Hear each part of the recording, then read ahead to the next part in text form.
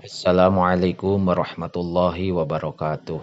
Bismillahirrahmanirrahim. Qala al-muallifu rahimahullahu taala wa nafa'ana bi ulumihi fid dharaini amin ya Allah ya rabbal alamin. La tungza'u muali dicabut naon ar-rahmatu rahmat illa min syaqiyyin angin ti jalma anu cilaka.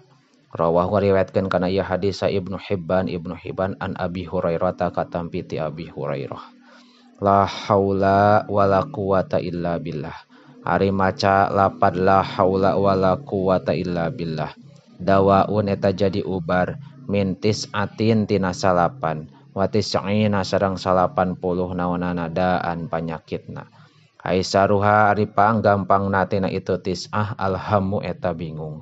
Rawah ngariwayatkeun kana ieu hadis Ibnu Abi Dunya an Abi Hurairah katampi ti Abi Hurairah. La turawi'u ulah ngaget-ngaget aranjeun al muslima ka jalma Islam fa inna raw'atal muslimi mangka sanyana ngaget-ngaget jalma Islam zulmun eta zalim azimun anu pohara gedena. Rawahu ngariwayatkeun kana ieu hadis Tabrani Imam Tabrani.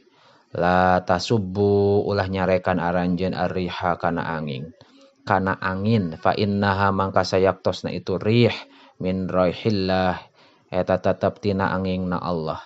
Ta'ti datang ieu angin birahmati mawa rahmat wal azabi jeung mawa siksa. Walakin tatapina salu pek menta aranjeun Allah ka Gusti Allah khairaha kana alusna ieu angin.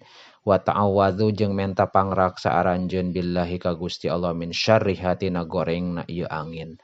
Rawah ngariwayatkeun kana ieu hadis Ahmadu Imam Ahmad. La soma lain puasa sahaman jalma soma anu puasa ieu man al abada dina salawasna. Wa fi riwayatin sareng dina hiji riwayat la soma lain puasa ieu man walabtoro jeung teu buka ieu man. Muttafaqun alaih ari ieu eta hadis muttafaqun alaih.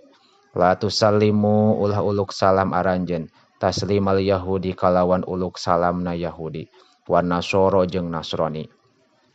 Fa inna taslimahu mangka sayaktosna uluk salamna itu Yahudi sareng Nasrani bil kufufi ku pirang-pirang tapak leungeun wal hawajibi jeung ku pirang-pirang halis mata.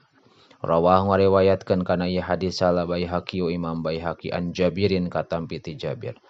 La tashabu ulah rerejengan aranjeun illa mukminan angin ka jalma anu mukmin. Wala yaqulu sareng ulah ngadahar kana kadaharan anjeun. Wala yaqulu sareng ulah ngadahar to'amaka kana kadaharan aranjeun. Saha illa taqiyun angin jalma anu takwa.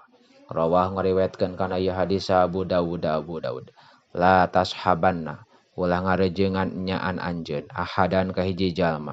La yaro anu henteu ningali ieu ahad laka ka anjeun minal fadli tina kaleuwihan. Kama salima saperti perkara taro anu ningali anjeun lahu ka itu ahad.